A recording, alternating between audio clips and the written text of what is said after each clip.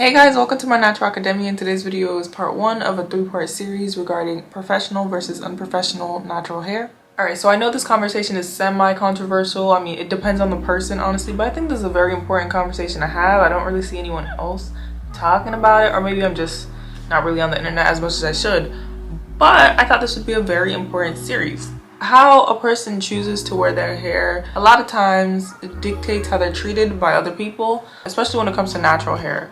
I'm sure we all have an understanding of what professionalism means, but if you don't, I'm gonna go ahead and put the definition up here for you. I feel like a lot of times we don't really touch on touchy subjects or talk about touchy subjects or controversial topics for the sake of inclusivity and making everybody feel special. Nobody likes to feel bad about what they're doing or what they're wearing or how they're living their life, quite frankly. And I feel like a lot of times we try our best to not hurt people's feelings.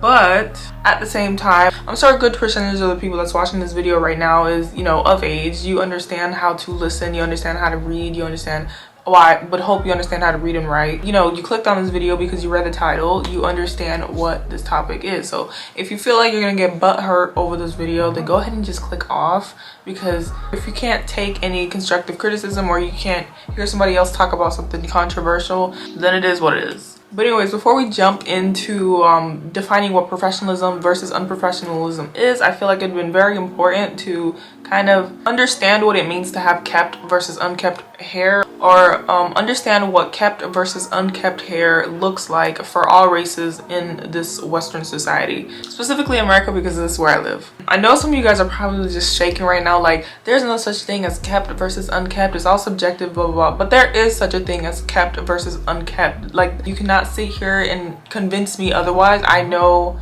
I've seen it. I know that there's a difference between kept versus unkept hair, or like there's a difference between a clean and a messy room, or a big and a small house. Maybe these examples are a little too broad, I'm not sure, but there's a difference between kept and unkept, and I feel like we all understand that. After some thought, some of the characteristics of kept hair that I came up with was neat, put together, symmetric, organized, and to have some sort of pattern. That is what came to my mind when I thought of kept. When it came to unkept hair or unkept natural hair, some of the characteristics that I came up with were messy, uneven, dull, no pattern or organization, as well as being out of order. After thinking these things out and writing them down, I understand that depending on where you're from or what society that you live in, certain things are more accepted than others. But because we live in a Western society, many of the things that would be considered kept or unkept are based off of the Eurocentric standards of beauty.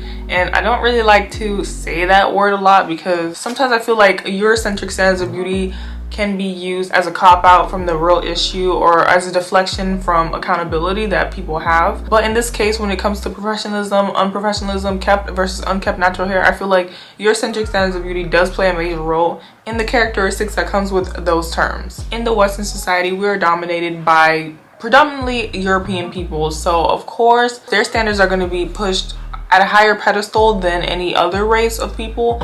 But I feel like if we were dominated by, say, the Asians, we would have to abide by Asian standards of beauty. Or if we were dominated by Africans, in a large sense, we would have to abide by African standards of beauty. Because we are dominated by Europeans and colonized by, Europeans, we have to abide by their standards. And you can argue that this is right or wrong. It just is what it is. I feel like we all have an understanding of that, but just nobody wants to say it.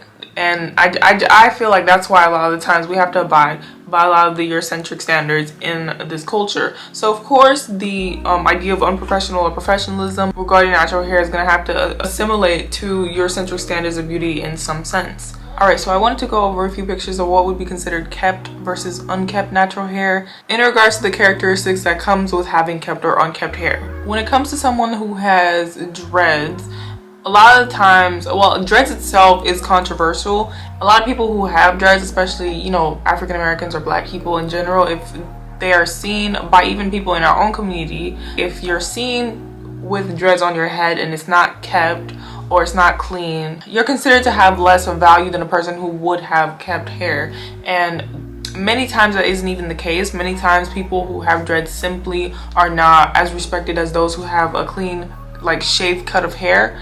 And I feel like this goes for men and women, and I just think that's the weirdest thing in the world. But one of the biggest reasons why one is held at a higher standard than the other is because one is seen as kept and the other one is seen as unkept. And the one that's seen as unkept is usually the one that's not symmetric, the one that's unorganized, the one that's wild, uneven, and sometimes even dull. And if the pattern in your head is not showing, then it's just seen as unkept. Whereas the kept dreadlocks would be considered the one that you can obviously see the parts, it's even, it's symmetric, it's patterned, and it's organized. So that's one of the biggest visual examples that I can give. Alright, so the next example would be, let me think. Alright, I was gonna cover the afro, but I think I might save that for part 2 because there's a lot of history and politics tied to the afro, and I feel like I'm just gonna tackle that in a whole different video. So I'm not gonna tackle the afro in this one. But another example that I can give would be braids. I have no idea why, but a lot of times braids are not seen as professional, and something that'd be considered unkept or unprofessional would probably be loud braids, or when it's messy and has no sort of organization. In regards to wigs or bundles or weaves, in some cases it would be considered unkept for people to have loud colors in their hair or something that doesn't match their natural skin tone. So if somebody's wearing like blue plaits or purple plaits or pink plaits or whatever, that would be considered unkept.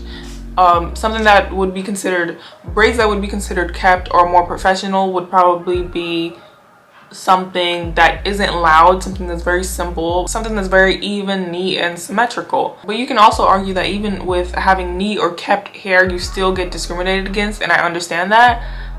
But there's nothing on this earth that we're going to be able to do to please anyone. There's always going to be that one person that finds something wrong to say, and it's unfortunate that we get so much hate from so many people. It's whatever, and it's cool when it's just that one person that's like, oh, you still look bad. But when it's a collective group of people, or a specific type of people, or the people that's in control of your jobs or your workplace or where you go to school, it's more problematic. So I understand even with having kept hair, we are still going to be discriminated against. We are still discriminated against, and there's even been laws passed in certain states because of this.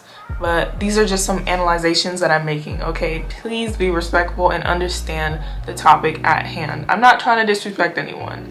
But if you disagree or agree with anything that I'm saying, definitely leave a comment down below and I'll be happy to answer or happy to have some sort of discourse. Another example of what would be considered kept versus unkept is when someone is wearing bundles or weaves or wigs and stuff like that, and the parts are obviously hanging by a loose thread. You can see the tracks, you can see everything, and that would be considered unkept. And I know a wig is a wig, and if you pay the amount of money that you're paying for the wig, of course, I mean, why not want people to know that it's a wig, you know what I mean? But anyways, that's not even where I was gonna go with this.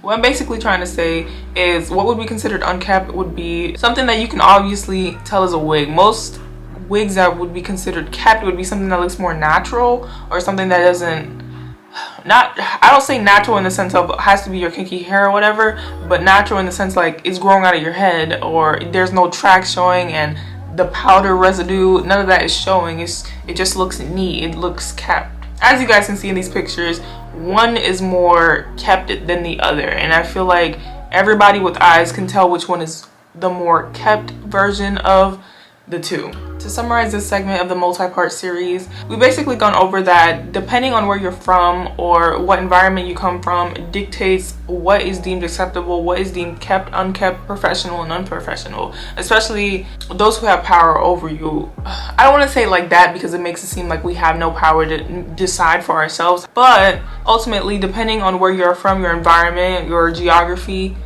that dictates what is deemed acceptable, respectful, disrespectful, professional, and unprofessional. And if you still don't understand that example, just think of it as your ability or inability to wear shoes in someone's house. There's some people that don't like it when you walk around in their home with your shoes. Some people don't like it when you come in their house with shoes, and some people like it when you do. So I hope you guys try to understand where I'm coming from with these examples or whatever. This is the first part of this multi-part series. I don't know how many parts it is, which is why I keep saying multi-part, because I don't know how many parts this series is gonna have. I came up with it today and I really like the idea of talking about this topic because I haven't seen anyone do it yet, and if they have, I probably didn't even see it. So you're free to disagree or agree with anything that I've said thus far. I don't really mind. I love talking to people. I love having some sort of discourse in the comment section because I understand that people have their own thoughts and opinions on topics, especially as controversial as this one. But anyways, that's it for today's video. If you have any comments, questions, or concerns regarding anything that I said throughout this video, definitely comment down below and I'll be happy to answer. If you agree or disagree, like I said before, about anything that I said, comment that below and I'll be happy to interact with whatever disagreement you may have. But yeah, and I'll see you guys next time.